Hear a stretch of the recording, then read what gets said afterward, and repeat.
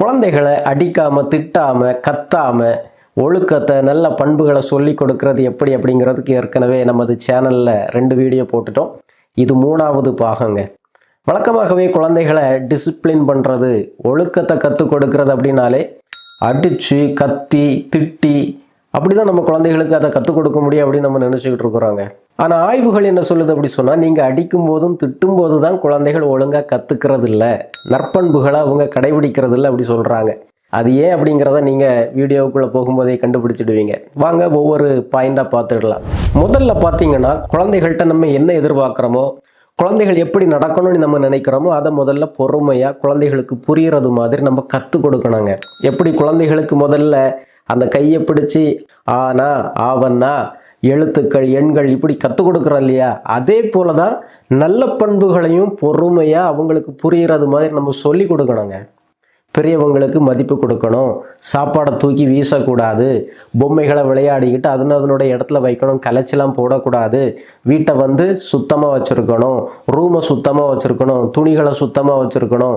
இந்த மாதிரி நல்ல பண்புகளை கற்றுக் கொடுத்து இப்படி நடக்கலைன்னா என்னென்ன தீமைகள் வரும். இப்போ பல்லு தேய்க்கல அப்படி சொன்னால் பல்லில் கிருமிகள் வரும், அது வயிற்றுக்குள்ளே போயிடும். இப்படி குழந்தைகளுக்கு ரொம்ப பயத்தை உருவாக்காமல் ஆனால் குழந்தைகள் புரிஞ்சுக்கிற வகையில் ஒரு செயலை ஏன் செய்யணும் அப்படிங்கிறத கற்றுக் கொடுக்கணுங்க. கற்றுக் கொடுத்தாதான் அவங்கள்ட்ட இருந்து அதை எதிர்பார்க்க முடியும். எனக்கு திடீர்னு இப்போ ஒரு ஃப்ரெஞ்சு எக்ஸாம் வச்சாங்கன்னு சொன்னால் கண்டிப்பாக தோற்று போவேன். என்னை யாராவது திட்டினாங்கன்னா, ஏன் இப்படி இந்த பாடத்தில் தோற்ற அப்படி சொல்லி கேட்டாங்கன்னா நான் உடனே சொல்லுவேன், எனக்கு யார்ப்பா இதை சொல்லி தந்தாதானே நான் அதை கற்றுக்கிட்டு எழுத முடியும், பாஸ் ஆக முடியும் அப்படி சொல்லுவேன். அதே போல தாங்க குழந்தைகளும் பல வேளையில் அவங்க மூளையில் இப்போ தான் ஒவ்வொரு பண்புகளாக பதியுது.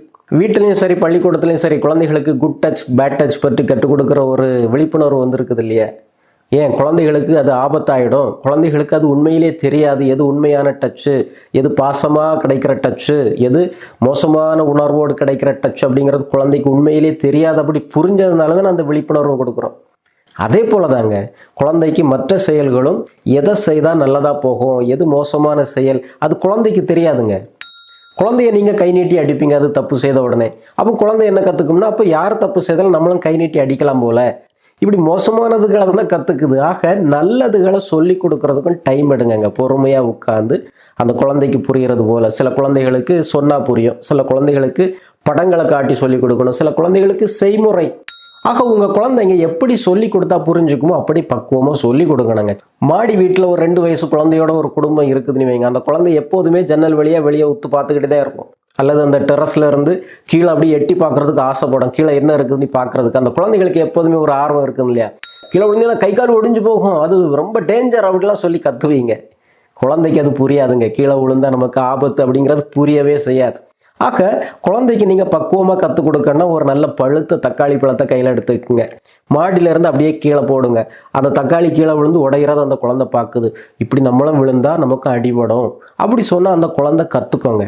நான் பல வேளைகளில் சொல்கிறது போல் ஒரு 5-6 வயசு கீழே உள்ள குழந்தைகளுக்கு அந்த லாஜிக்கல் ரீசனிங், இது செய்தால் இது நடக்கும் அப்படிங்கிற புரிதல் இருக்காதுங்க. பல வேளைகளில் கண்ணாமூச்சி விளையாடுவீங்க, நடு வீட்டில் அந்த குழந்தை கண்ணை மூடிட்டு அப்படியே நிற்கும். ஏன்னா அந்த குழந்தை கண்ணை மூடுனா அது மறைஞ்சிட்டு தான் அது புரிஞ்சிக்குது. இதுதான் குழந்தையோடைய லாஜிக். வீட்டுக்கு சொந்தக்காரங்க வந்திருப்பாங்க, பெரியவங்களா இருப்பாங்க, குழந்தைக்கு திடீர்னு கோவம் வந்துருச்சுன்னா போடான்னு சொல்லிடும், பதறுவீங்க, ஐயோ பெரியவங்கள அப்படி சொல்லக்கூடாது அப்படி சொல்லுவீங்க. ஆக குழந்தைகளுக்கு நீங்கள் முதல்லையே பக்குவமாக பெரியவங்கள்ட்ட எப்படி பேசணும், இந்தந்த வார்த்தைகள் மோசமான வார்த்தைகள், இந்தந்த வார்த்தைகள் நல்ல வார்த்தைகள், இப்படி பேசணும் இப்படி பேசக்கூடாது அப்படி பக்குவமாக சொல்லி கொடுத்தாதானங்க அந்த குழந்தைகிட்ட இருந்து ஒரு ஒழுக்கத்தை நல்ல பண்பை எதிர்பார்க்க முடியும். 2வதா உங்கள் குழந்தைகளை நல்வழிப்படுத்துகிற முக்கியமான வழிமுறை என்னன்னா, கத்தாமல் சொல்லணுங்க. பல வேளைகளை நம்ம என்ன நினைக்கிறோன்னா, குழந்தை கத்துனாதான் கேட்குது அப்படி சொல்லி நினைப்போம். ஏன்னா குழந்தைகளை அப்படிதான் ட்ரெயின் பண்ணியே வச்சுருக்குறோம்.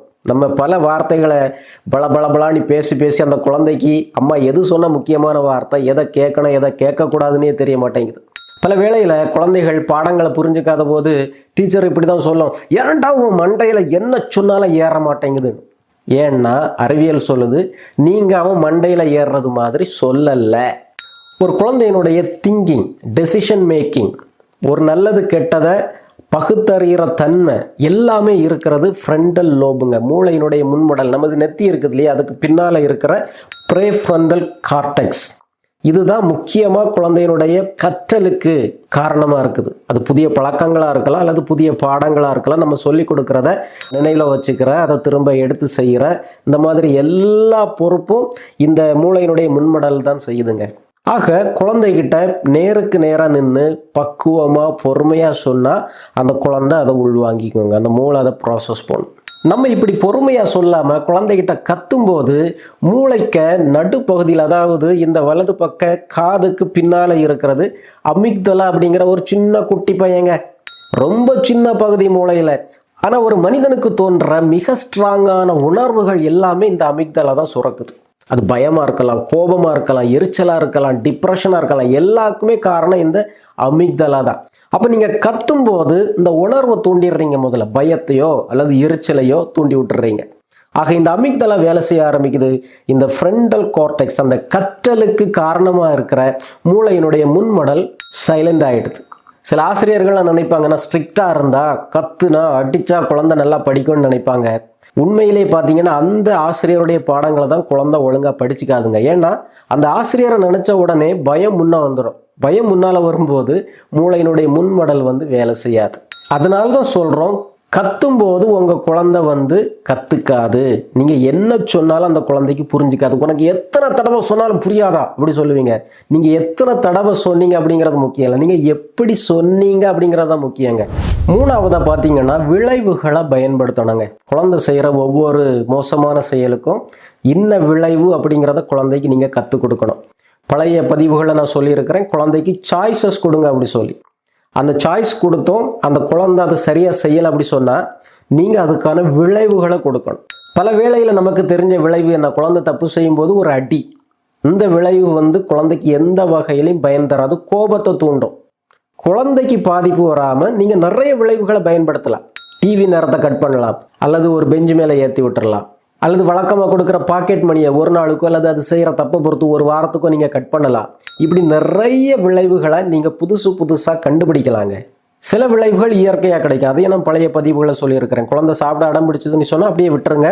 குழந்தைக்கு இயற்கையாக கிடைக்கிற ஒரு விளைவு பசி அப்படிங்கிற ஒரு விளைவு கிடைக்குது, அனுபவிக்க விடுங்க. ஆனால் குழந்தை முரண்டு பிடிச்சி ஏதாவது ஒரு சேட்டை செய்யுது, பொருட்களை தூக்கி வீசுது, சாப்பாடை தூக்கி வீசுதுன்னு சொன்னால் இயற்கையாக அதுக்கு விளைவு கிடைக்க போகிறதில்ல, நீங்கள் அந்த விளைவை கொடுக்க வேண்டிய கட்டாயம் இருக்குது. ஆக குழந்தைகிட்ட உடனே ஒரு விளைவை கொடுக்காம, ரஜினி வழக்கமாக சில படங்களில், பழைய படங்கள் அடி வாங்கும்போது எண்ணுவார். ஒரு அடி வாங்கினோட 1 2 3 வரும்போது அப்புறம் ரஜினி திரும்ப அடிக்க போகிறார் அப்படின்னு அர்த்தம். குழந்தைக்கு அப்படி எச்சரிக்கை சொல்லிக்கிட்டு அந்த விளைவை நீங்கள் கொடுக்கலாங்க. குழந்தை ஒருவேளை சாப்பாடை தூக்கி வீச ஆரம்பிக்குது அப்படி சொன்னால் நீங்கள் சொல்லுங்கள், இப்படி சாப்பாடை தூக்கி வீசுறது எனக்கு பிடிக்கலை, இப்படி தொடர்ந்து செய்தேன்னா சாப்பாடை உங்ககிட்ட இருந்து எடுத்துருவேன் அப்படி சொல்லுங்கள். சொன்ன பிறகும் குழந்தை திரும்ப செய்யுதுன்னு சொன்னால் திரும்ப ஒரு தடவை சொல்லுங்கள், இதுதான் கடைசி வார்னிங், திரும்ப இப்படி செய்யாத, எனக்கு இது பிடிக்கலை, சாப்பாடை வீண் பண்ணக்கூடாதுன்னு சொல்லுங்கள். 3வது தடவை அந்த குழந்தை தூக்கி வீசுதுன்னு சொன்னால் குழந்தை சாப்பிட்டதோ சாப்பிடலையோ அந்த தட்டை எடுத்துகிட்டு போயிடுங்க. அந்த குழந்தை சாப்பிட வேண்டாம். இது நீங்களாக கொடுக்குற ஒரு விளைவு. கண்டிப்பாக திரும்ப அந்த குழந்தைக்கு அந்த சாப்பாடு வரும். ஆனால் இப்போ அந்த அடத்தை, அந்த கோபத்தை, அந்த குழந்தையுடைய கெட்ட நடத்தைக்கு நீங்கள் ஒரு விளைவு கொடுத்தாதானே அது தப்பு அப்படிங்கிறது குழந்தைக்கு புரியும். குழந்தைக்கு இப்படி 2 தடவை அது சாப்பிடும்போது செய்துட்டீங்கன்னு சொன்னால் அப்புறம் அந்த குழந்தை சாப்பாடை பக்குவமாக சாப்பிட தொடங்கும். குழந்தை அந்த சாப்பாடை தூக்கி வீண் பண்ண ஆரம்பிக்காது. ஏன்னா நீங்கள் கொடுத்த விளைவுகள் அதுக்கு ஞாபகம் இருக்குது. பொம்மையை தூக்கிட்டு போயிடுவேன், சாப்பாடை தூக்கிட்டு போயிடுவேன்னு சொல்லிக்கிட்டு அதை எடுக்காமல் போயிட்டீங்கன்னு சொன்னால் அது ரொம்ப மோசங்க. குழந்தை மனசில் பதிச்சுக்கும், அம்மா என்ன சொன்னாலும் செய்யாது, அம்மாவுடைய வார்த்தைகளுக்கெல்லாம் மதிப்பே கொடுக்க வேண்டாம், அது தொடர்ந்து வீசிக்கிட்டே தான் இருக்கும். சொன்னது மாதிரி அதை எடுத்து மாற்றிடணும். அம்மா சொன்னால் அதுபடி நடக்கும் அப்படிங்கிறதெல்லாம் குழந்தைக்கு புரிஞ்சிடுச்சுன்னு சொன்னால் பிற்காலத்துலேயே நீங்கள் எது சொன்னாலும் அந்த குழந்தை வளர்ந்து ஒரு டீனேஜ் பருவத்துக்கு போனாலும் உங்கள் வார்த்தைக்கு அந்த மதிப்பை கொடுக்கும். அம்மா சொன்னது மாதிரி செய்துருவாங்க அப்படின்னு சொல்லி விளைவுகளை நீங்கள் அறிமுகப்படுத்துகிறதும் உங்கள் குழந்தையுடைய இயல்புக்கு ஏற்றவாறு, புரிந்து கொள்கிற தன்மைக்கு ஏற்றவாறு பயன்படுத்தணுங்க. சில வேளைகளில் குழந்தைகளுக்கு ஆட்டிசம் இருக்கும் அல்லது ADHD இருக்கும். இந்த குழந்தைகளுக்கு நீங்கள் அதிகமாக கற்றுக் கொடுக்கவும் முடியாது, அந்த குழந்தைகள் தப்பாக செய்யும் போது விளைவுகளை பயன்படுத்தவும் முடியாது. பாவங்க, அந்த குழந்தைகள் நம்ம புரிஞ்சுதான் ஆகணும். சில குழந்தைகளுக்கு ரொம்ப லோ செல்ஃப் எஸ்டீமாக இருக்கும், ரொம்ப தாழ்வு மனதில் இருப்பாங்க. அந்த குழந்தைகளுக்கு ரூல்ஸ் ரொம்ப போடக்கூடாதுங்க. விளைவுகளையும் கொஞ்சம் குறைச்சி பயன்படுத்துறது நல்லது. ஏன்னா ஏற்கனவே உடஞ்சு போய் இருக்கிறாங்க. குழந்தைகள் கொஞ்சம் தன்மதிப்போடு தான் இருக்கிறாங்க, ஆக்டிவாக இருக்கிறாங்க, துருதுருன்னு இருக்கிறாங்க அப்படி சொன்னால் இந்த 3ஐயும் நீங்கள் கண்டிப்பாக பயன்படுத்தி ஆகணுங்க. முதல்ல கற்றுக் கொடுக்கறது, கற்றுக் கொடுத்த பிறகு அந்த குழந்தைகள் சரியாக செய்தாங்கன்னா பாராட்டு சொல்லுங்க, சரியாக செய்யலைன்னா கான்சக்வன்சஸ், விளைவுகள் அதை கொடுங்க. அதோடு விடுறதில்ல, இந்த செயலுக்காக தான் நான் இந்த விளைவை கொடுக்குறேன், இப்படி செய்தினா இப்படி தான் நடக்கும், நல்லபடியாக விளையாடினா அம்மா அவங்க கூட சேர்ந்து விளையாடுவேன், அம்மாவுக்கு மகிழ்ச்சியாக இருக்கும், நீ தூக்கி வீசினியானா அம்மாவுக்கு கோபம் வரும், பொம்மைகள் உனக்கு கிடைக்காது, நான் தூக்கிட்டு போயிடுவேன். இந்த மாதிரி அந்த விளைவுகளை குழந்தைக்கு பக்குவமாக விளக்கி கொடுத்தீங்கன்னு சொன்னால் நல்லதை செய்யணும், பொறுமையாக செய்யணும், அம்மாவுக்கு பிடிச்சதை செய்யணும் அப்படிங்கிற ஒரு நல்ல பண்பை குழந்தை வேகமாக கற்றுக்கோங்க. ஒரு விளைவு கொடுத்துட்டீங்க, குழந்தை இப்போ கோபத்திலையோ அல்லது ஏமாற்றத்திலையோ இருக்குது அப்படி சொன்னால் பக்கத்தில் போய் உட்காந்து, சரி நான் இனிமேல் இப்படி செய்ய மாட்டேன், நல்ல பிள்ளையா நீ நடந்துக்கோ, எனக்கு நம்பிக்கை இருக்குது அப்படி சொல்லி அந்த குழந்தைய மன்னிச்சிட்டதா ஏற்றுக்கிட்டதை நீங்கள் காட்டணுங்க. குழந்தைகள் எதிரிகள் கிடையாதுங்க, அவங்க நம்ம குழந்தைங்க. ஒரு ஆளுக்கு ஒரு வேலை கொடுக்குறோம், ஒரு கான்ட்ராக்ட் கொடுக்குறோம், என்னென்ன செய்யணும்ப்பா அப்படி சொல்லி கொடுக்குறோம், அவர் அதை சரியாக செய்யலை அப்படி சொன்னால் அந்த கான்ட்ராக்டை கேன்சல் பண்ணுறோம், அதுக்கு நமக்கு உரிமை இருக்குது. ஆனால் குழந்தைகள்கிட்ட அப்படி சொல்ல முடியாதுங்க. குழந்தைகிட்ட போய் திரும்ப அதை கட்டி பிடிச்சி நீங்கள் முழுசாக அந்த குழந்தைய அன்பு செய்கிறதா காட்டும்போது அந்த குழந்தை புரிஞ்சுக்கும், சரி நான் செய்த அந்த செயல் தான் அம்மாவுக்கு பிடிக்கலை, மற்றபடி அம்மா என்ன அன்பு செய்யதான் செய்கிறாங்க, என்னை ஏற்றுக்கிறாங்க, அதில் ஒரு பிரச்சனை இல்லை. ஆக நான் இந்த மாதிரிப்பட்ட செயல்களை குறைச்சா அம்மாவுடைய அன்பும் அரவணைப்பும் இன்னும் அதிகமாக கிடைக்கும். அந்த மாதிரி அந்த குழந்தை கற்றுக்கோங்க. நீங்கள் அந்த குழந்தை அந்த ஒரு ஆழமான உணர்வில் இருக்கும்போது எதுவுமே புரிஞ்சுக்காதது மாதிரி அழு உனக்கு இதுவும் வேணும், இதுக்கு மேலேயும் வேணும், இதோட விட்டனி பாரு, இன்னும் நிறைய செய்வேன் அப்படி சொல்லலாம் நீங்கள் சொல்லும்போது குழந்தைக்கு ரொம்ப வருத்தமும் ரொம்ப கோபமும் வர ஆரம்பிக்கும். காந்தியடிகள் சின்ன வயசுல அவருக்கு கிடைச்ச ஒரு அனுபவத்தை அவரது சுயசரிதையில் எழுதியிருக்கிறாருங்க. ஒரு 12-13 வயசுல எப்படியோ அவருடைய சொந்தக்காரர் ஒருத்தர் புகைப்பிடிக்கிறத பார்த்து புகைப்பிடிக்க பழகிறாரு. வாங்குறதுக்கு காசு வேணுமே, ஆக சிகரெட் வாங்குறதுக்காக வீட்டில் காசு திருட ஆரம்பிக்கிறார். ஒரு கட்டத்தில் அவரது மனசுல ஒரு பெரிய குற்ற உணர்ச்சி வந்துடுது, ரொம்ப சோகமாயிடுறாரு. அப்பா கிட்ட எப்படியாவது அதை சொல்லி மன்னிப்பு கேட்கணும், அப்பதான் எனக்கு மனதுக்கு ஆறுதல் கிடைக்கும் அப்படி சொல்லி உணர்ந்ததுனால ஒரு காகிதத்தில் அவ்வளோத்தையும் எழுதிடுறார். அப்பா கிட்ட கொடுத்துக்கிட்டு அப்பாவுடைய தண்டனையை பெறுறதுக்காக அவர் அப்படிதான் ரிக்வஸ்ட் பண்ணி எழுதியிருந்தார், இதை நீங்க படிச்சுக்கிட்டு எனக்கு என்ன தண்டனை கொடுத்தாலும் நீங்க கொடுக்கலாம். ஆனா அந்த கடிதத்தை வாசிக்கும் போதே அப்பாவுடைய கண்ணில இருந்து தார தாரையா கண்ணீர் விழுது. அந்த கடிதத்தை அப்படியே அந்த கண்ணீர் நனைக்குது. மகன் அப்படியே கட்டி பிடிச்சுக்கிறார். காந்தியடிகள் சொல்றாரு, அஹிம்சை, வன்முறைக்கு எதிரான எனது சிந்தனையினுடைய முதல் தொடக்கமே அதுவா கூட இருக்கலாம் அப்படி சொல்லி அவர் எழுதியிருக்கிறார். சின்ன குழந்தைங்க தவறுகள் செய்யறது இயல்பு தாங்க. ஆனால் பெரியவங்க நம்ம எவ்வளவு பக்குவமாக நடந்துக்கிறோம் அதை வச்சும் குழந்தையுடைய வாழ்க்கையில் பெரிய மாற்றங்கள் வராங்க. குழந்தைகளுக்கு நல்லதை கற்றுக் கொடுத்தா மட்டும் போதாது, அவங்களுக்கு நம்ம கற்றுக் கொடுத்த நல்ல பண்புகளை மற்றவங்க திருடாமல் பார்க்கணும் அப்படிங்கிறது ரொம்ப முக்கியங்க. வீட்டில் ஒரு நல்ல தோட்டம் போட்டிருக்கிறீங்க, நல்ல பூச்செடிகள் காய்கறி செடிகள்லாம் வச்சுருக்கிறீங்க, ஆனால் மாடுகள் மேயாமல் ஆடுகள் மேயாமல் ஒரு பாதுகாப்பு கொடுக்கணுமா இல்லையா? அதே போல் தாங்க உங்கள் குழந்தைக்கு நல்ல பண்புகளை கற்றுக் கொடுத்துட்டீங்க, நல்ல நல்ல விஷயங்களை சொல்லி கொடுத்துருக்குறீங்க. ஆனால் நம்ம குழந்தை வெளியே ஸ்கூலுக்கு போகுது, திரைப்படங்கள் பார்க்குது, மற்ற ஆட்களோட பேசுது, ஒரு சமூகத்தில் வளருதுங்க.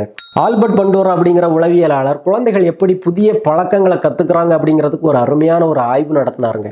எப்படின்னா, ஒரு மழலையர் பள்ளிக்கு போகிறார், ஒரு 10 குழந்தைகளை தனியாக ஒரு ரூமுக்கு கூப்பிட்டு போயிடுறாரு. அந்த குழந்தைகளை கண்டுபிடிக்கிறதுக்காக சிகப்பு கலரில் ஒரு ட்ரெஸ் கொடுத்துட்றார். அந்த குழந்தைகள் மத்தியில் அவர் கொஞ்சம் பொம்மைகளை கொண்டுட்டு போகிறார். அந்த குழந்தைகள் பார்க்கவே அந்த பொம்மைகளை அடிக்கிறாரு, திட்டுறாரு, தூக்கி வீசுறாரு, கை கால்களெல்லாம் பிச்சு எறிகிறாரு. இது அந்த குழந்தைகள் பார்த்துக்கிட்டே இருக்கிறாங்க. அப்புறம் அந்த குழந்தைகள் கையில் ஆளுக்கு ஒரு பொம்மையை கொடுத்துட்டு அவர் வெளியே வந்துடுறார். இப்போ அந்த ரூமில் எந்த ஆசிரியரும் இல்லை, அவரும் இல்லை, குழந்தைகள் தனியாக இருக்கிறாங்க பொம்மைகளோட. இப்போ ஒரு வீடியோ மூலமாக அந்த குழந்தைகள் என்ன செய்கிறாங்க அப்படிங்கிறத வெளியே கவனிச்சுட்டு இருக்கிறாங்க. குழந்தைங்க என்ன பார்த்தாங்களோ அதை அப்படியே செய்தாங்கங்க. அவங்களும் பொம்மைகளை பிச்சாங்க, தூக்கி வீசினாங்க, ஒருத்தரை அடிச்சுக்கிட்டாங்க. அந்த வகுப்பறையே ஒரு மாதிரி ஒரு வன்முறை களம் போல ஆகிப்போச்சு. இப்போ ஆல்பர்ட் பண்டோரா இன்னொரு அறையில் 10 குழந்தைகளை வச்சிருக்கிறாரு. அங்கே உள்ள குழந்தைகளை அறியறதுக்காக மஞ்சள் கலரில் டிஷர்ட் கொடுத்துருக்கிறார். அந்த குழந்தைகள்கிட்ட போகிறார், இதே போல் பொம்மைகளை கொண்டு போகிறார். அந்த குழந்தைகள் பார்க்கவே அந்த பொம்மைகளை தாளாட்டுறாரு, முத்தம் கொஞ்சுறாரு, நல்ல பாப்பா நீ நல்ல ஆளாக வருவ, இப்படி பாசிட்டிவான வார்த்தைகளை சொல்கிறாரு. இதெல்லாம் அந்த குழந்தைகள் கவனிக்கிறாங்க. அந்த குழந்தைகளுக்கும் ஆளுக்கு ஒரு பொம்மையை கொடுத்துட்டு ஆல்பர்ட் பண்டோரா வெளியே வந்துடுறாரு. யாருமே அந்த அறையில் கிடையாது. அந்த பொம்மைகளை வச்சு அந்த குழந்தைகள் பக்குவமாக விளையாட ஆரம்பிக்கிறாங்க. அந்த பொம்மைகளுக்கு முத்தம் கொஞ்சுறாங்க, அந்த பொம்மைகளுக்கு தலை சீவி விடுறாங்க. யாருமே பொம்மைகளை தூக்கி வீசலை, மற்றவங்களையும் யாரும் அடிக்கலை, மற்றவங்க பொம்மைகளை பிடுங்கவே இல்லை. ஆல்பர்ட் பண்டோரா அந்த உலகத்துக்கு சொன்னார், குழந்தைகள் எதை பார்க்குறாங்களோ, எதை கேட்குறாங்களோ, எதை அவங்க அனுபவிக்கிறாங்களோ அதை தான் அவங்க திரும்பவும் செய்கிறாங்க அப்படி சொன்னார். ஆக குழந்தைகள் உங்கள்கிட்ட இருந்து மட்டுமில்லை நல்லதுகளை பார்க்கணும் கேட்கணும் அப்படிங்கிறது, வெளியவும் மற்றவங்கள்ட்ட அவங்களுடைய ஃப்ரெண்ட்ஸு, திரைப்படங்கள், சமூக ஊடகங்கள் இதில் இருந்து அவங்க என்ன பார்க்குறாங்க என்ன கேட்குறாங்க அப்படிங்கிறத நீங்கள் பக்குவமாக கண்காணிக்கணுங்க. அப்போ தான் உங்கள் குழந்தைகள்கிட்ட நல்ல பழக்கங்கள் உண்மையிலே தங்கி இருக்கும். ஆக உங்கள் குழந்தைகளை அடிக்காமல் திட்டாமல் நல்ல பண்புகளை எப்படி கற்றுக் கொடுக்குறது அப்படிங்கிறதுக்கு இந்த வீடியோவில் 5 வழிமுறைகளை, முக்கியமான வழிமுறைகளை சொல்லி கொடுத்துருக்குறேன். ஏற்கனவே 2 பாகத்தில் 5 வழிமுறைகள் இருக்குது. மொத்தம் 15 வழிமுறைகள். பார்க்காதவங்க அந்த வீடியோக்களை போய் பார்த்துடுங்க. மீண்டும் சந்திப்போம். நன்றி.